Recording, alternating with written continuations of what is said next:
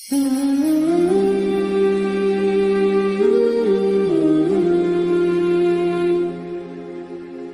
الاضحیٰ یادگار ہے حضرت ابراہیم خلیل اللہ کی قربانی رضائے الہی کے حصول کے لیے ان مخصوص 3 دنوں کے اندر مخصوص جانور جو شریعت اسلامیہ میں متعین کیا گیا ہے اس کو ذبح کرنے کا نام ہے۔ یہ بات ذہن میں رکھیں کہ عیب سے جانور پاک ہونا چاہیے۔ فقہا نے ایک سیدھا سا ضابطہ بیان کیا ہے، عیب وہ ہے جس سے منفعت یا جمال زائل ہو جائے۔ جو جانور آپ نے خریدا تو وہ ذبح کے وقت عیب دار ہو گیا، گرا، ٹانگ ٹوٹ گئی، تو کوئی ایسا واقعہ پیش آ گیا، ذبح کے وقت جو عیب ہے وہ عیب شمار نہیں کیا جائے گا، تو اس کو یوں ہی ذبح کر دیا جائے گا۔ جو جانور ہے وہ فربا ہو، موٹا ہو، تازہ ہو تو وہ افضل ہے۔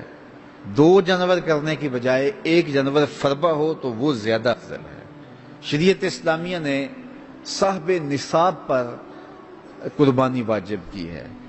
نصاب وہ ہے جو ہمارے ہاں زکوٰۃ کا نصاب ہے، یعنی 52 تولے چاندی یا 7.5 تولے سونا، یا اس کی قیمت۔ زکوٰۃ کے نصاب میں قمری سال گزرنا شرط ہے، لیکن یہ جو قربانی اور صدقہ فطر ہے اس میں سال گزرنا شرط نہیں ہوتا۔ ان عید کے 3 دنوں کے اندر ایک لمحے کے لیے بھی کوئی مالک نصاب ہو گیا تو اس کے اوپر جو ہے وہ قربانی واجب ہوگی۔ پھر قربانی ہر اس شخص پہ واجب ہے جو مالک نصاب ہے۔ بعض اوقات گھر کے اندر کئی افراد مالک نصاب ہوتے ہیں تو سب پہ واجب ہوگی۔ قربانی واجب آپ نے ادا کر لی اور اپنی طرف سے نفلی بھی دینا چاہتے ہیں تو یہ بھی آپ کو اجازت ہے۔ ہمارے آقا و مولا نے ایک قربانی اپنی طرف سے، ایک قربانی اپنی امت کی طرف سے پیش کی ہے، تو اگر امتی اپنے آقا کی جانب سے قربانی پیش کرتا ہے تو یہ اجر و ثواب کا باعث ہے۔ 3 حصے کر کے دوست احباب کے لیے، غرباء کے لیے اور اپنے لیے تقسیم کر لیں تو یہ قربانی کی روح کے مطابق ہے۔ سارا اگر خود استعمال کرنا چاہیں تو بہرحال اس کی بھی اجازت ہے، لیکن قربانی کی روح کے منافی ہے۔ جس کو گوشت لگتا ہے اس کو کھال بھی لگتی ہے۔ جس طرح گوشت آپ خود بھی کھا سکتے ہیں تو کھال خود بھی استعمال کر سکتے ہیں، یعنی آپ کھال کا مسلح بنا کے گھر رکھ سکتے ہیں، کھال کو اپنے گھر کی کسی ضرورت میں جو ہے وہ لا سکتے ہیں، لیکن قربانی کی کھال بیچ لیں اور اس کی قیمت اپنے مصرف میں لائیں یہ نہیں کر سکتے۔ قربانی کی کھال اگر بیچ لی ہے تو اس کے پیسے صدقہ آپ کر سکتے ہیں، کسی دوست کو دے سکتے ہیں، کسی غریب کو دے سکتے ہیں۔ تو قربانی کی کھال جس کو مرضی دیں، لیکن بہتر یہ ہے کہ قربانی کی کھالیں مدارس دینیہ کو دی جائیں، چونکہ یہ مستحق بہت زیادہ ہیں۔ مدارس دینیہ کے بجٹ کا زیادہ تر انحصار قربانی کی کھالوں پہ ہوتا ہے۔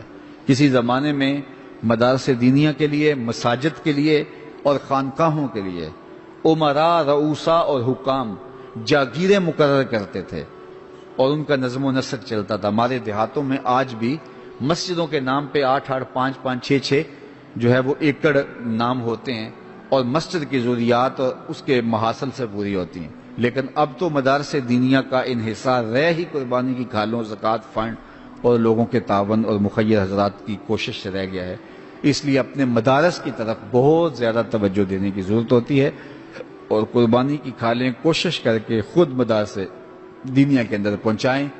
اور آپ کے سامنے جامعۃ المصطفیٰ ایک ایسی درسگاہ علمی ہے کہ جس کے فیضان سے ایک زمانہ متمتع ہو رہا ہے اور یہاں سے نکل کر اطراف و اکناف عالم کے اندر جو ہیں وہ لوگ پھیل رہے ہیں اور فائدہ پہنچ رہا ہے۔ اللہ کا شکر ہے یہاں سے جانے والے پیغام کو مسلم بھی قبول کر رہے ہیں اور غیر مسلم بھی قبول کر رہے ہیں، تو یہ اللہ کا فضل ہے، اس پر ہمیں شکر ادا کرنا چاہیے۔ اور کتنے مسلمانوں کی اصلاح ہوئی ہے اور کتنے لوگ فائدے میں گئے ہیں، تو یہ ایک اللہ تعالیٰ کا بڑا فضل ہے اور اللہ تعالیٰ کا بڑا ہی کرم ہے کہ کتنے لوگوں کو یہاں سے فائدہ ہو رہا ہے۔